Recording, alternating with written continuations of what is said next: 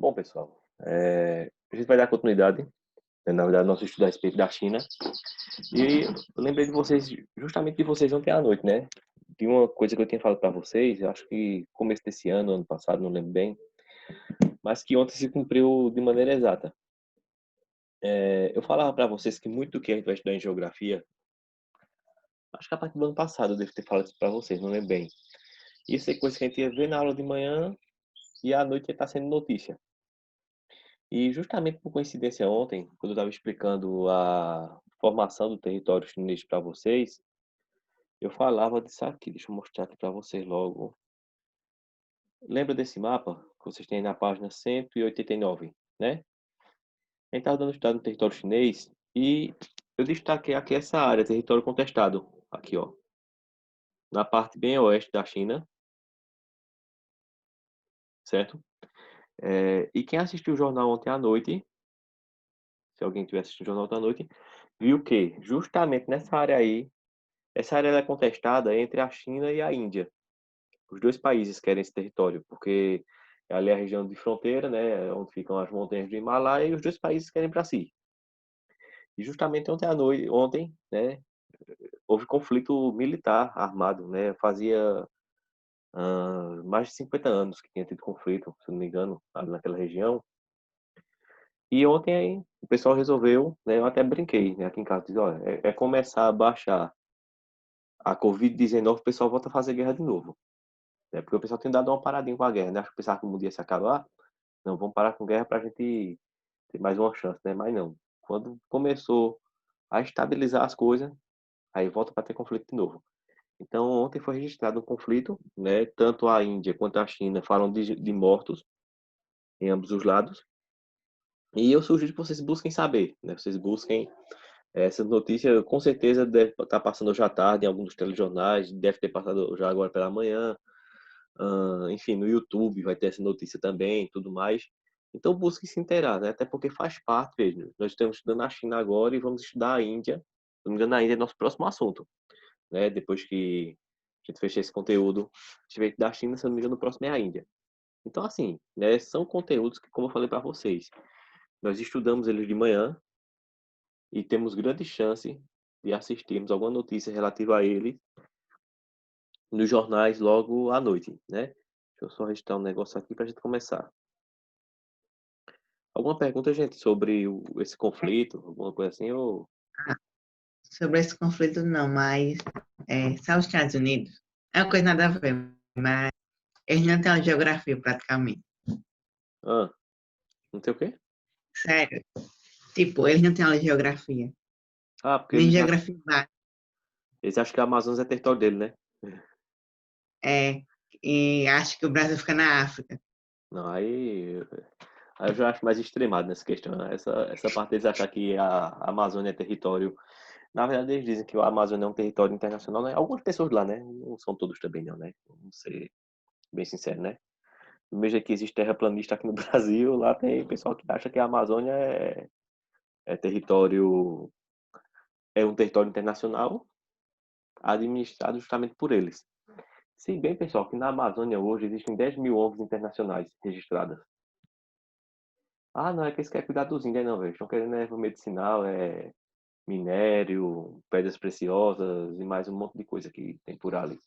Tá certo? Mas vamos lá, vamos deixar a Amazônia um pouquinho de lado. Ô, Felipe, fala. É, eles acham que tem 7 continentes.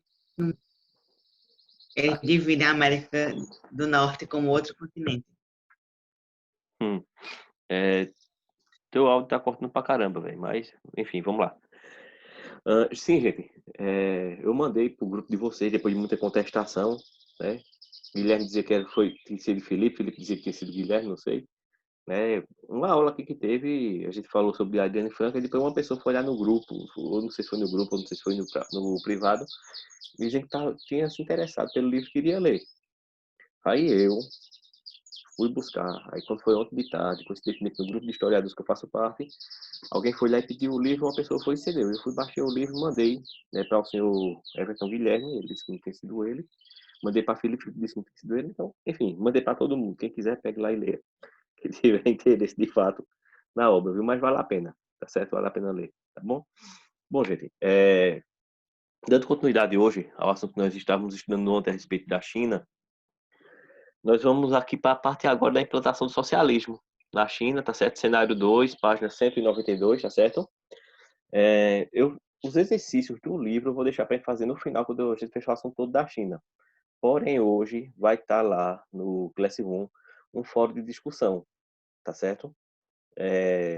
O tema vai ser justamente esse tema da Covid-19 e a recuperação econômica da China. Então vai estar lá o argumento, a provocação para vocês, e aí todo mundo vai lá e vai ter a oportunidade de colocar sua resposta, de contestar com o outro, de concordar com o outro, certo? Agora eu quero ver todo mundo participando lá, tá bom? Vai constar como atividade para vocês, então quem não participa, infelizmente, fica como se não tivesse feito a atividade da semana, tá bom? Vai lá depois, tá todas as instruções lá direitinho para vocês poderem participar. Como é fórum, vocês não podem responder no comentário particular, não, tá certo? Tem que responder no comentário da turma. Não tem essas duas opções, não é isso? Quando vocês acessam o Classroom, tem a opção adicionar comentário particular e tem a opção adicionar comentário para a turma. Então, vocês vão adicionar o comentário para a turma, por quê? Porque Guilherme vai colocar a resposta dele, Felipe vai poder ler a resposta de Guilherme, vai poder concordar, vai poder discordar, vai poder colocar o ponto de vista dele, ou seja, é uma discussão, tá certo? Uma discussão, logicamente, né, sadia, né? Não que a gente vá falar, dizer coisa um com o outro, tá certo? Gente, pessoal, a China ela sempre foi, como eu falei para vocês, um império imenso, tá bom? Só que o que acontece? Durante vários períodos em que da China imperial, houveram falhas, né, nas questões administrativas, e essas falhas, elas ocasionavam muito a questão da desigualdade, certo? Trazia muita desigualdade. Ah, esse assunto aí é a partir da página 192, tá certo? No livro de vocês, tá bom? Vai ter um período em que a China ela vai ser dominada por nações capitalistas estrangeiras, e essas nações capitalistas, elas vão dizer assim, provocar uma desigualdade social imensa na China. Por quê? Porque algumas pessoas vão ficar bastante favorecidas, né, tudo mais, e outras não, outras nem tanto. Essa classe que fica favorecida, logicamente, vai ser contra qualquer tipo de ação revolucionária, porque eles não querem perder os privilégios. Já as classes que ficam sofrendo, já as classes menos favorecidas, a tendência é o quê? É se revoltar contra os seus dominadores. Nós vimos isso, né, acho que com exceção de Guilherme e de Clara, né, mas é quem estudou, por exemplo, história, né, a Revolução Francesa no passado, né, que nós estudamos, inclusive nós assistimos um filme, né, um documentário e tudo mais, lembra que lá na França o pessoal do terceiro estado, que estava sendo dominado, estava sofrendo opressão, se revoltou contra quem estava em cima. E na China não foi diferente, tá certo? Vão acontecer algumas revoltas, inclusive, na tentativa de tentar amenizar essas desigualdades sociais, mas nenhuma delas vai ser tão, vamos dizer, tão especial para a China, vai causar tantas mudanças nas estruturas chinesas, quanto as revoluções socialistas que vão ocorrer ali na China, tá certo? É, a China vai passar um período, inclusive, sendo dominada pelo Japão. Esse domínio da China, aliás, essa dominação, né, do Japão sobre a China, ela é bem retratada nos filmes muito antigos, cara. Eu acho que alguém já deve ter assistido o filme de Bruce Lee, por exemplo. Né? Aquele filme que um homem sozinho dava cacete em mais de 30. Tem um dos filmes de Bruce Lee que mostra justamente esse período, retrata esse período em que a China estava sendo dominada pelo Japão. Entendeu? Então, até segregação havia dentro da China. Existiam lugares para chineses e lugares para os não chineses, aquela coisa toda. E aí Bruce Lee, ele, logicamente, né, como mestre de artes marciais, ele resolve todos esses problemas de uma maneira bastante diplomática, né? Usando estrela ninja no Chaco, dando porrada, aquela coisa toda, né? Uma maneira bem democrática de se resolver os problemas. Mas enfim, vamos deixar o Bruce Lee de lado e vamos voltando aqui para a China, né? Se bem que tem a ver uma coisa com a outra, mas não é exatamente nosso objetivo. Uh, Dentro desse processo todinho, né, por buscas por maiores igualdades ali na China, vai surgir duas classes políticas, tá certo? Vai surgir o Partido Republicano Chinês, né, ou Kuomintang, e o Partido Comunista Chinês, o PCC. Vê que coincidência, né? PCC, coisa e tal. Então, o Partido Comunista Chinês, ele vai ter como objetivo tentar derrubar o Partido Nacionalista, né? Porque o Partido Nacionalista ele estava defendendo os interesses somente das classes dominantes. Um dos líderes desse Partido Comunista Chinês, Mao Tse-tung, que vocês têm aí na página 193, a caricatura da criatura, ele, tipo, cara, vai ser o destaque, né, nessa luta por uma igualdade, né, nessa luta por buscar, enfim, derrubar a situação política de então e criar uma situação política ali mais favorável para a China, tá certo? Então, vão ter eleições. E aí, ó, vocês têm isso aí no parágrafo de número 5, um pouquinho acima dessa imagem aí da página 193. Deixa eu abrir aqui para vocês. O resultado dessas eleições, que diz assim. Espera aí, deixa eu ir até lá. Aqui. Derrotado nas cidades de Pequim e Xangai, né, as duas principais, o Partido Comunista Chinês, sob liderança de Mao Tse-tung e Chu Te, retirou-se para o campo, com o intuito de reorganizar suas bases. E, em 1931, fundaram a República Soviética da China, em Jiangxi, leste do país, que passou a ser o centro do PCC. Geralmente, se vocês observarem, em regra geral, partidos de orientação socialista, partidos de orientação comunista, eles tendem a fazer isso aí, eles tendem a buscar a classe trabalhadora. Aqui no Brasil nós temos como exemplo o seguinte, vamos assim fazer eu vou fazer uma comparação bem grosseira, na verdade, não sei nem se é correta essa comparação que eu vou fazer. Mas a base de formação do Partido dos Trabalhadores, do PT, por exemplo, os operários, e a gente vai ver muita influência também do movimento MST, por exemplo, né, o movimento Sem Terra, que eu sempre costumo brincar, né? Enquanto o pessoal está lá lutando por terra, os líderes do movimento estão em seus apartamentos luxuosos, beira-mar, tomando uísque 12 anos e comendo camarão, cada bichão desse tamanho aqui. E o pessoal levando cacete lá da polícia. Mas enfim, vamos lá. O Partido Comunista Chinês, ele vai para o campo, vai para o interiorzão, tenta reformular-se, né? Tenta ganhar força naquele espaço, até porque era o espaço de maior exploração, vamos assim dizer. A China, cara, a China ela vai ser surpreendente devido ao seguinte, vou abrir esse parêntese aqui. Mais ou menos na década de 70, a China ela não estava nem perto de ser uma das maiores economias do mundo. De 70 para cá, a China entrou em segundo lugar. E em termos de produção industrial, a maior produção industrial do planeta é chinesa. Em termos econômicos, a segunda economia, em breve, quando digo em breve, pode durar 10, 15, 20 anos. Ou então pode ser até menos tempo, mas em breve vai estar figurando aí como a primeira. O que é que eu quero dizer com isso? As políticas econômicas que forem implantadas no país vão favorecer, isso a partir da década de 70, tá certo? Vão favorecer uma evolução econômica da China. Então a China, embora seja politicamente socialista, ela tem uma economia aberta, ela tem uma economia dinâmica. A China tem uma economia de mercado, a China vende, a China compra, a China exporta, a China importa, né? E não é só coronavírus que ela tá importando, né? Ela sempre importou muitas outras coisas também. Mas a gente tem que, o que mais chama a atenção da gente na China, pessoal, é justamente esse levante econômico muito rápido que o país teve. Viu? O Brasil está há 500 e tantos anos aí, né? Se a gente, por mais que a gente tente, a gente não consegue sair da posição ali entre os seis, entre os oito, né? Entre as seis, entre as oito economias do planeta, né? A China, eu acho que era a 25ª, se eu não me engano, na década de 70. Vai para a segunda em questão de 40 anos, mais ou menos. 40, 50 anos. Tá certo? Então tem esse detalhe aí bem interessante para a gente saber. Mas vamos lá. Quando o Partido Comunista Chinês se organiza, que funda a República Soviética da China, vão tentar novamente, né, chegar ao poder. Só que aí o governo nacionalista que estava instalado na China, cara, vai reprimir esse pessoal de maneira violenta. Então, parte pro cacete mesmo, velho. Senta a borracha, mata tudinho. É aí que vai acontecer a famosa Longa Marcha, né? São 100 mil homens liderados por Mao Tse Tung e eles vão fugir, cara, Cara, o pessoal tá vindo matar a gente, então vamos fugir. Eles vão fugir como? Ó, a pé pela China. Vão andar 10 mil quilômetros fugindo das tropas nacionalistas. Vê que interessante. E durante essa caminhada, né, que é chamada de Grande Marcha, Longa Marcha, eles vão divulgando as ideias socialistas, as ideias comunistas de Mao Tse Tung, tá certo? Eles vão conseguir divulgando aí essas ideias. Muitos deles vão morrer, vão ser 10 mil quilômetros a pé, né? A maioria deles vão morrer. Desses 100 mil que começaram a marcha, morre pouquinho, só morre 91 mil, fica 9, ou seja, morre 90% ali da tropa lá de Mao Tse Tung.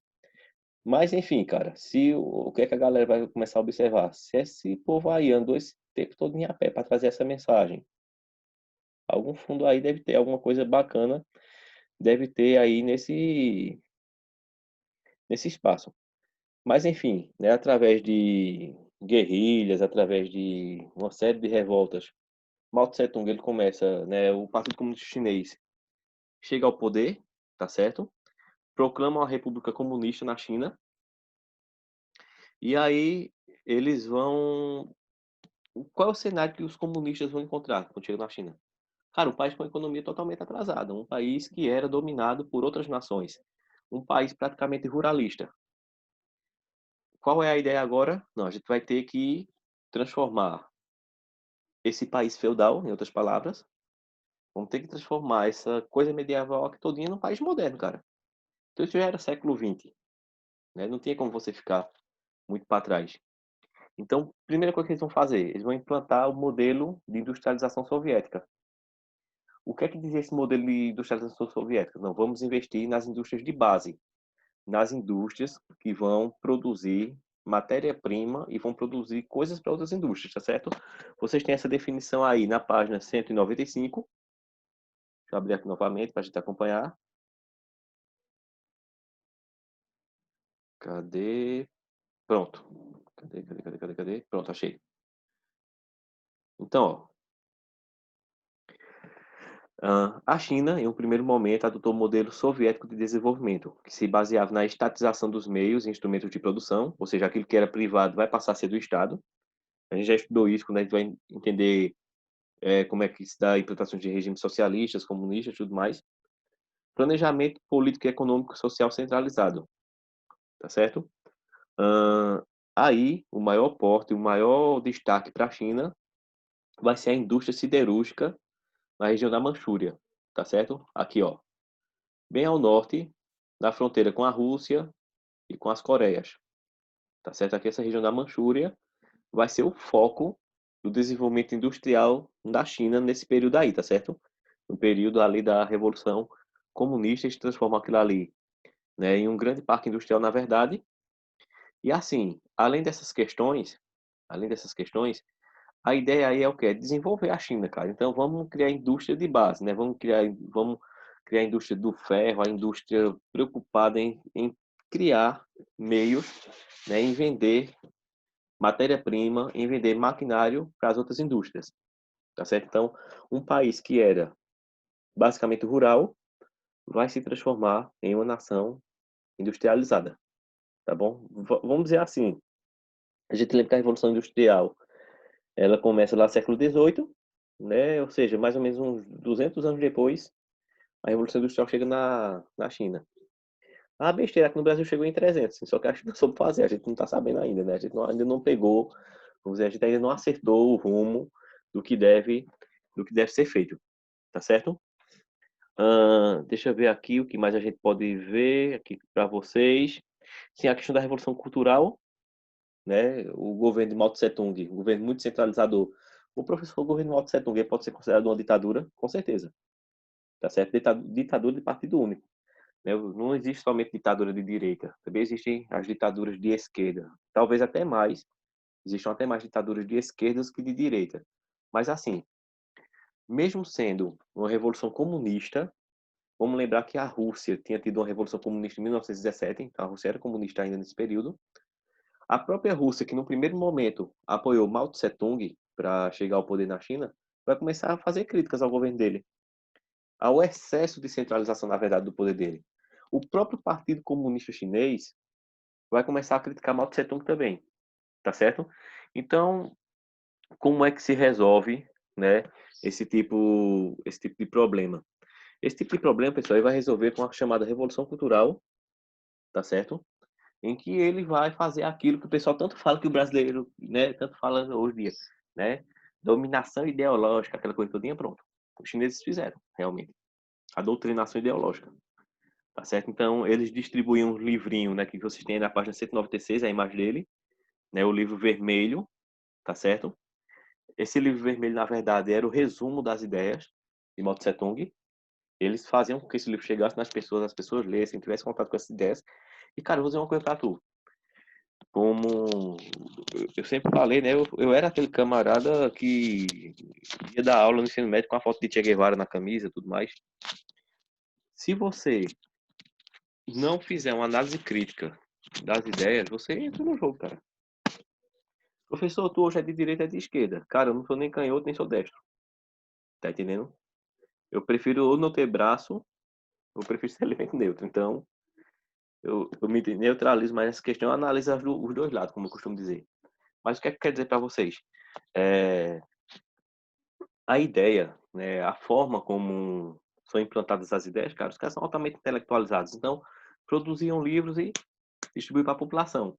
Além disso, né, eles tiveram aí criaram aí a Guarda Vermelha, que era um grupo de jovens, né, que defendiam as ideias de Mao Tse Tung, né, do grande Mao Tse Tung, né, vamos assim dizer, né, para os comunistas. E assim, eles tinham umas formas bem legais assim de argumentar, né, em favor. Então, tipo, não, vamos debater as ideias, não sei o que lá, não tô aceitando, passa a porrada, mata o cara, aquela coisa todinha. Ou seja, a forma também não ideológica, mas a forma violenta de se implantar aí essas ideias, tá certo? Então, com isso, né, Mao Tse Tung ele consegue, vamos dizer assim, afastar qualquer inimigo político, logicamente, e se torna único, né? É o que nós poderíamos chamar, de certa forma, de um regime totalitário. Nós estudamos nazismo, estudamos fascismo. De certa forma, a Revolução Maoísta, né, na minha opinião, pelo menos, talvez se algum colega historiador depois for assistir esse vídeo, eu levo uns expurgos danados lá no... virtualmente falando, né? Mas é totalitarismo, cara. É governo único, ditadura de partido único. Entendeu? Então, qual a diferença de ser de direita ou ser de esquerda? Na minha opinião, é tudo totalitarismo. Tá certo? Então ele consegue impor a sua linha política, né? E eu acho engraçado que esse livro de vocês, ele aborda assim, lá na página 196. Logo abaixo, de onde tem as imagens aí do livro vermelho. Como o rolo compressor mal impôs a sua linha política e consolidou a sua autoridade. Se tivesse falando de qualquer outro, ia dizer impôs uma política autoritária, né? Impôs o autoritarismo. Não, impôs a sua autoridade. Ou seja, o escritor ele tenta amenizar um pouquinho nessa imagem aí, né? De Mao Tse Tung. Assim, afastou todos os seus opositores e assumiu os poderes absolutos, acima inclusive do Partido Comunista Chinês, transformando-se no líder máximo nacional, ou como ele era conhecido na China, o grande timoneiro. Gente, pessoal,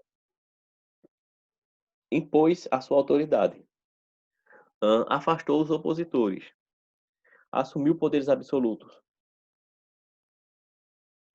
Entendeu? Ou seja, cara, autoritarismo, totalitarismo, velho, a mesma coisa, né? Porque quando se fala, né, em termos de esquerda, o pessoal, não é autoritarismo, não sei o que lá. Autoritarismo também. Estava conversando com um professor, né, de história, colega meu aqui, e eu dizendo o seguinte, né, ele me perguntando a respeito do que, a gente fazendo algumas análises políticas, eu dizendo ele, cara, eu sou a favor de democracia, né? O pessoal agora estava, né, cometendo diversos atos contra a democracia, inclusive uma doida que liderava um grupo chamado 300, mas só tinha 30 pessoas, então é para se chamar 10% aquele grupo dela. Foi presa, né? Sarah Winter, né? Na verdade é Sarah outra coisa o nome dela, né? Ela adotou esse nome de Winter em homenagem a uma nazista lá dos anos 30 que financiava ali financiou a morte de um monte de gente, né? A favor de porte de arma, ela, aquela coisa toda, né? Um extremista, desculpa assim a favor, vou dizer, um extremista de direita no sentido literal da palavra, né? E cometendo ato contra a democracia. Cara, o pessoal é tão sem noção que você só pode fazer atos contra a democracia numa democracia. Tá entendendo o que quer dizer? Se for implantada uma ditadura, tu não vai poder fazer um ato contra a ditadura, cara. Tu vai ter que se calar, independente do que aconteça. Então, o direito que eles têm de pedir o fim da democracia, só mesmo a democracia é quem proporciona. Se tiver numa ditadura, não tá gostando, cara, então engole calado mesmo, pronto. Não vai ter muito direito a fazer a contestar muita coisa, não. Mas, enfim, cada um pede a forma de governo que acha que é melhor. Eu, com todos os defeitos do mundo, estava até falando isso para ele. Eu, com todos os defeitos do mundo, sou a favor da democracia e sou contra, seja ditadura de esquerda ou de direita. Sendo ditadura, para mim... Ah, não, professor, mas se for um governo que implante essas políticas, mas é democrático, não. Então, pronto, deixa para lá. Certo? Eu sou a favor da democracia, cara, independente do que aconteça. Né? Inclusive, algumas pessoas que estão no poder hoje, que são contra a democracia, só chegaram ao poder por conta dela. Né? Então, alguns deputados, né? Inclusive até o nosso presidente mesmo, que em alguns momentos se demonstra contra a democracia, de certa forma, ele só é presidente hoje por conta da democracia. Né? Alguns deputados só são deputados hoje por conta da democracia. Se fosse numa ditadura de partido único, eles não estariam nem chegando perto. Mas, enfim, gente, essa questão da implantação do comunismo na China, né, ela vai causar, né, uma estagnação econômica na China durante um bom tempo. Né? A China vai ficar com a economia muito fechada, porém, a partir da década de 70 é que vai começar a abertura de mercado da China, que isso aí também vai ser tema para a gente estar vendo a partir da próxima aula, né? Mas assim, politicamente falando, a China permanece, certo, com um governo socialista, porém a economia de mercado. Né? Eles não implantaram, não estão implantando hoje o socialismo puro, não, certo? Aquela apenas aquele mercado fechadão, não. Eles estão aí com a economia bastante aberta, né? O que faz com que hoje eles apontem, né, como a segunda maior economia do planeta e a maior produção industrial do planeta, certo? A maior parte industrial do planeta é na China, o que, como resultado, também faz com que lá seja o país mais poluído do mundo também, tá certo? Gente, alguma pergunta? Algum comentário? Hoje eu fui feito um rolo compressor, né? Passei... Mas é porque, em resumo, foi isso. Em resumo, é essa questão aí, né? A China, ela passa de um império e de uma nação dominada por outras para uma nação socialista, uma nação comunista, que vai ter vários problemas no início, mas que depois começa aí a ter uma pequena recuperação econômica. Deixa eu ver se eu tenho alguma questão para passar para vocês do livro, ou se eu vou passar somente a... Não, por enquanto não, vamos lá. Gente, vê só.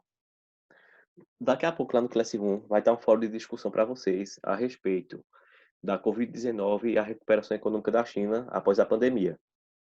Vai estar lá a provocação, o texto explicativo, tudo direitinho, tá certo?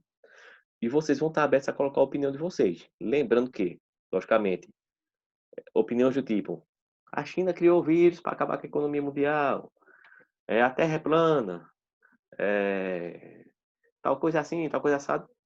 Esse tipo de argumento a gente não aceita, tá certo? Tenta colocar alguma coisa que tenha fundamento, logicamente. Então faz uma análise, faz uma leitura, uma coisa ou outra, e coloca a tua opinião. Vai estar sendo registrada a participação de todo mundo, logicamente, ou a não participação, daqueles que não participarem de fato. O tempo, vou reduzir um pouquinho, até porque eu queria acompanhar as respostas de vocês, então não vou colocar para você poder participar até a próxima segunda-feira, de 11h59 da noite, não. Vou começar a diminuir um pouquinho esse tempo, porque aí tem gente que está mandando de última hora, não está dando tempo eu ver, eu dar a devolutiva de todas as atividades, tá certo? O que é que vai ser necessário é vocês fazerem, né? Vocês vão poder colocar a opinião de vocês. Tem a questão, né, a regra principal, logicamente, é o respeito.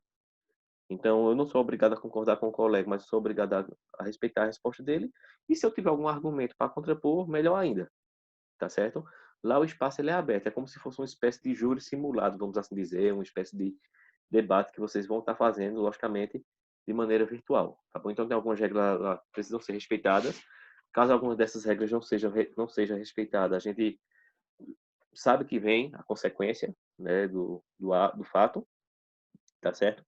Mas, enfim, eu quero que todo mundo participe, tá bom? Quero que todo mundo participando lá, todo mundo expondo lá a sua opinião, tá certo? Próxima sexta, né, nós temos aí a aula de história, a parte lá que nós vamos estudar contestado, e se der tempo também, já estudar ali o cangaço de quebra, e vamos tocando barco em frente, tá bom? Pessoal, falta alguém daqui da sala buscar o bloco lá do simulado ainda? Ou todo mundo já pegou? Quem tiver faltando pegar, diga eu. Pauíque. Eu. Pauíque, João Vitor. Certo. Gente, até sexta-feira tem que estar com esse bloco. Tá bom? Todo mundo tem que estar com esse bloco até sexta-feira, porque a gente vai começar a utilizar ele já. Tá certo? Depois vou até pedir para a direção mandar para mim a lista de quem é que está indo buscar e quem não está, porque a gente vai precisar dele. Bom, gente, enfim, alguma dúvida, algum comentário, mesmo que seja fora do assunto, alguma coisa que vocês queiram comentar de alguma outra matéria, alguma coisa assim, ou tudo certinho? Deixa eu parar aqui.